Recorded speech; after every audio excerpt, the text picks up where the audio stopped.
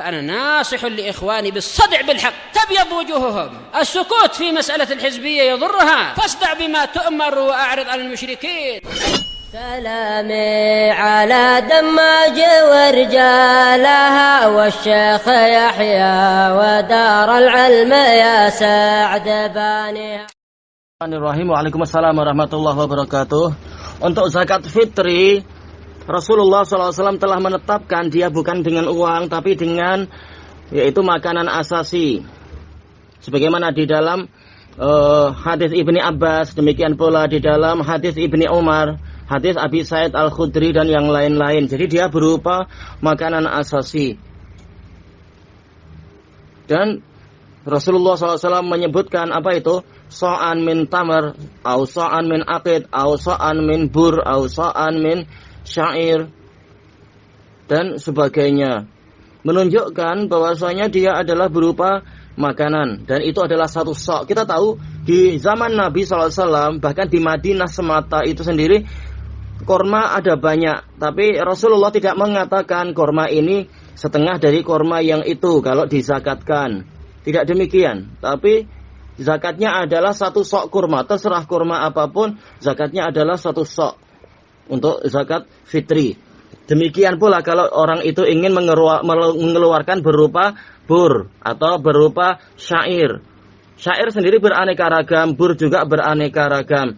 Namun Rasulullah tidak mengatakan kalau bur dari Madinah itu berarti satu sok. Sedangkan kalau bur dari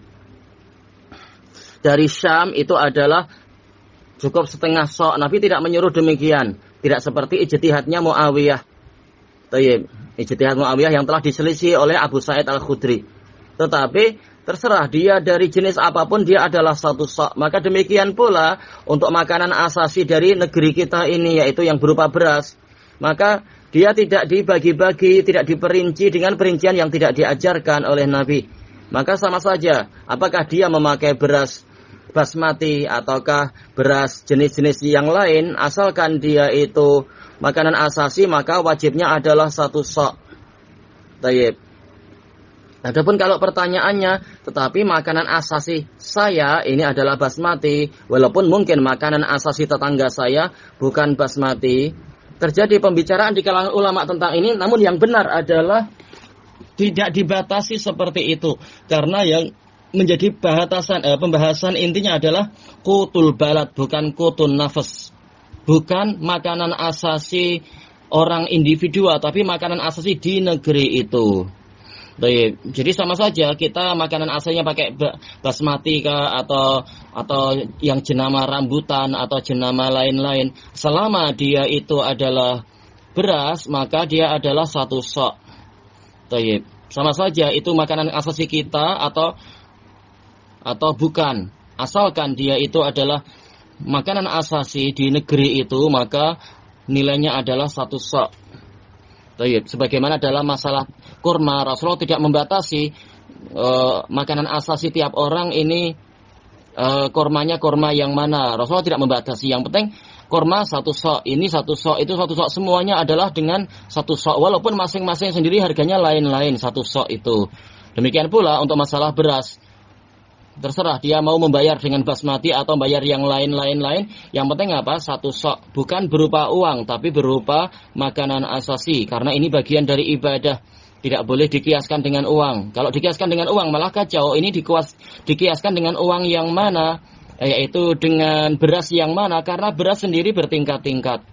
Makanya yang terpandang bukan masalah dia beras yang mana, tapi apa? Terserah mau yang manapun, yang penting satu sok. Ini bagian dari ibadah. Dan tentunya semakin makanan itu mahal, memang pahalanya semakin besar. Sebagaimana di dalam hadis Aisyah radhiyallahu anha, Rasulullah mengatakan walakinnaha biqadri nasabiki wa nafaqatik. Tetapi memang yang namanya pahala adalah sesuai dengan kadar letihnya engkau dan nafkah yang engkau keluarkan. Baik. Makanya seperti masalah apa? Zakat yang misalkan yang lain, yaitu zakat kambing misalkan. Fi kulli arba'ina syah untuk setiap 40 ekor kambing itu adalah satu ekor kambing. Tapi kambing yang mana tak masalah. Yang penting apa? Kambing. Walaupun kita tahu kambing jadi bertingkat-tingkat, tapi semakin mahal kambingnya tentunya semakin besar pahalanya. Sedekah dengan kambing yang mahal. Demikian pula masalah akikah, yaitu dengan apa? Laki-laki 2 ekor kambing, perempuan 1 ekor kambing. Kambing yang mana? Tak masalah. Tapi semakin mahal memang pahalanya semakin besar. Yang penting apa? Ukurannya memang betul, yaitu 1 ekor kambing atau 2 ekor kambing. Terserah mau kambing yang mana. Demikian pula ini, yaitu 1 sok makanan asasi. Terserah makanan asasinya itu jenis yang mana. Yang penting dia 1 sok. Wallahu a'lam walhamdulillahi rabbil alamin. Kemudian untuk pertanyaan yang kedua, masalah emas. Ini memang yang namanya zakat mal itu hanya dibebankan pada orang kaya.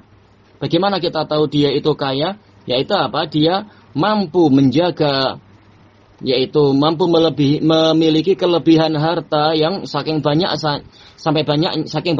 sampai yaitu mampu mencapai nisab, yaitu 85 gram emas. Menunjukkan apa? Menunjukkan kaya.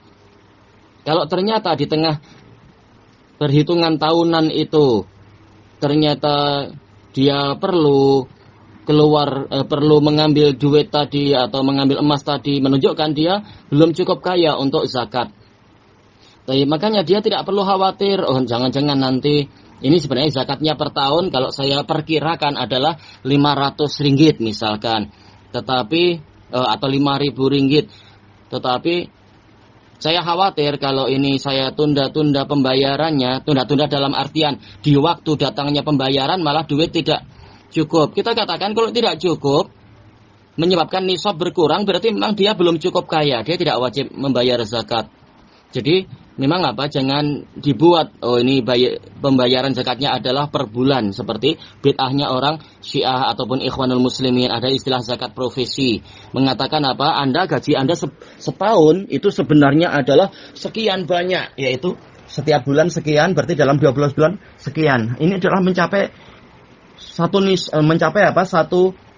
sudah mencapai satu nisab sebenarnya, suatu nisab yaitu 85 gram emas. Maka ini berat kalau Anda langsung mengeluarkan zakatnya sebanyak 1/40-nya, maka dibagi aja setiap bulan sekian. Ini adalah bid'ahnya mereka. Karena apa? Sebenarnya memang kalau dalam 1 tahun duit kita banyak boleh jadi. Tetapi itu kalau tidak dipakai, bagaimana kalau dipakai sehingga tidak mencapai nisab, maka tidak wajib untuk membayar zakat. Karena buktinya apa? Setiap bulan mungkin gajinya memang banyak, tapi jauh dari nisab dan selalu dipakai, makanya tidak sampai 30 hari misalkan ternyata memang duit sudah sangat berkurang, lalu datang gaji berikutnya juga seperti itu di bulan berikutnya, demikian bulan berikutnya dan seterusnya. Makanya dia sebenarnya tidak terkena kewajiban zakat, kecuali yaitu apa? Saking kayanya dia sampai-sampai memang dia uang simpanannya kalau digabungkan dengan perhiasan dan sebagainya itu yang memang ada zakatnya memang mampu mencapai 85 gram emas. Apakah langsung wajib membayar zakat? Tidak wajib. Yaitu apa? Tunggu sampai setahun berikutnya. Apakah memang tidak terpakai ataukah ternyata di tengah perjalanan 1 tahun itu terpakai karena untuk biaya ini, biaya itu, memperbaiki ini, memperbaiki itu, mengobatkan ini, mengobatkan itu, membayar hutang ini, membayar hutang itu, dan seterusnya. Kalau ternyata dalam 1 tahun memang dia tidak tersentuh nilai 85 gram emas itu, yaitu apa? Tidak mengalami perubahan karena memang duit dia yang lain pun cukup, maka memang barulah dia wajib membayar zakat. Makanya tidak perlu dia terkena was-was, oh jangan-jangan kalau tiba waktunya 1 tahun duitnya malah tidak cukup. Kita katakan kalau tidak cukup, yaitu keperluan sehari-hari, itu memaksa dia sebenarnya, memaksa dia untuk mengambil simpanan tadi, berarti dia tidak wajib membayar zakat. Cuma barangkali pertanyaannya adalah, yaitu sebenarnya dalam 1 tahun dan kenyataannya dari tahun ini ke tahun berikutnya emas itu masih mampu bertahan sebanyak 85 gram. Hanya saja kemudian dia wajib membayar 1/40-nya. Ternyata duit cash untuk 1/40 tidak ada. Ya memang berarti apa kalau tidak ada? Ya diambilkan dari duit emas tadi, diambilkan dari emas itu. Diambil apa? 1/40-nya.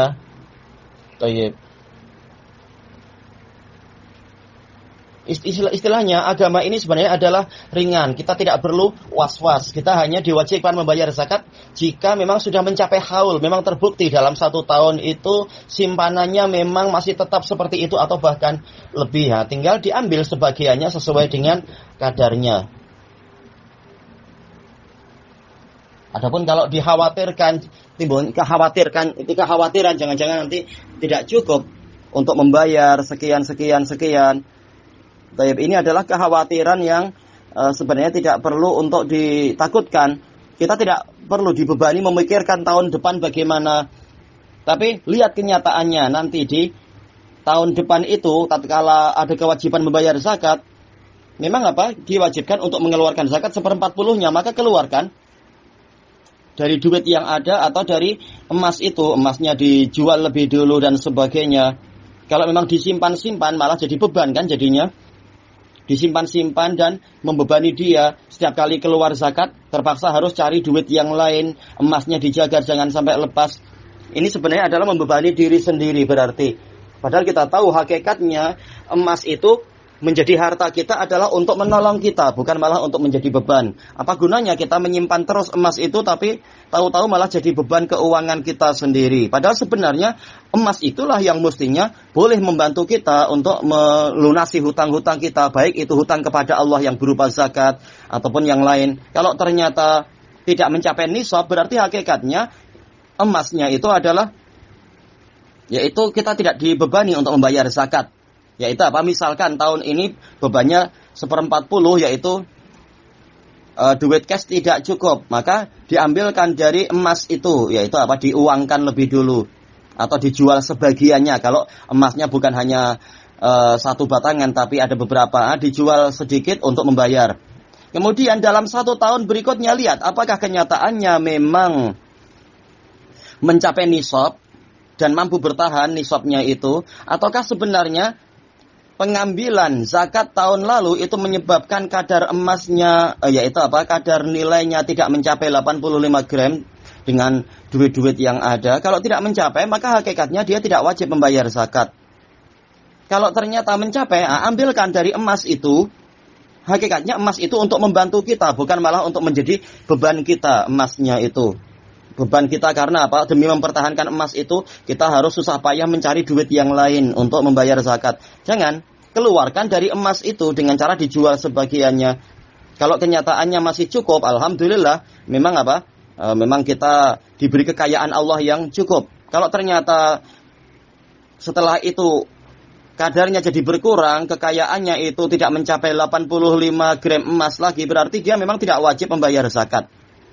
Baik, tunggu sampai kenyataannya dia mencapai nilai 85 gram emas, dilihat dari emas yang dia miliki dan duit-duit yang ada. Kemudian tunggu sampai 1 tahun, apakah sebenarnya setiap hari itu mengalami fluktuasi, yaitu naik turun yang menyebabkan nisabnya jadi berkurang, yaitu tidak mampu mencapai nisab, ataukah senantiasa dia itu memang duitnya sangat banyak sehingga dalam selama 354 hari itu dia senantiasa memang statusnya adalah sebagai orang kaya, baru dia membayar zakat lagi. Kalau tidak mencapai itu tidak perlu membayar zakat. Adapun menyegerakan pembayaran per bulan dikhawatirkan masuk kepada bid'ahnya ikhwanul muslimin, ditakut-takuti ini dan itu. Padahal sebenarnya boleh jadi memang di bulan ini duit kita mencapai, kalau dihitung-hitung duit dengan emasnya mencapai 85 gram emas. Tetapi boleh jadi di bulan depan kita punya keperluan memperbaiki rumah, memperbaiki mobil atau mengobatkan biaya ini dan itu, biaya pengobatan. Sehingga sebenarnya kita tidak wajib membayar zakat. Maka sebenarnya tadi adalah jadi bid'ah, yaitu di bulan sebelumnya kita membayar zakat sebagian, padahal di bulan setelah itu ternyata kita sebenarnya bukan orang kaya. Orang kaya yaitu yang mengalami beban kewajiban membayar zakat. Makanya agama ini mudah. Walaupun di bulan ini kita sudah mencapai nisab duit kita, tapi tidak diwajibkan membayar zakat sampai terbukti dalam 354 hari memang kekayaan kita tidak turun dari 85 gram emas. Karena boleh jadi di bulan ini cukup kaya mencapai 85 gram emas, ternyata di bulan berikutnya duit kita sudah sangat berkurang. atau berkurang sedikit yang menyebabkan turun dari 85 gram emas, maka sebenarnya kita tidak wajib membayar zakat. Demikian pula bulan berikutnya belum jelas. Makanya tunggu sampai 1 tahun terbukti. Selama setahun penuh memang nilai duit kita itu di total dengan emasnya memang senantiasa 85 gram emas atau lebih. Barulah terkena kewajiban zakat. Baik. Wallahu a'lam walhamdulillahirabbil alamin.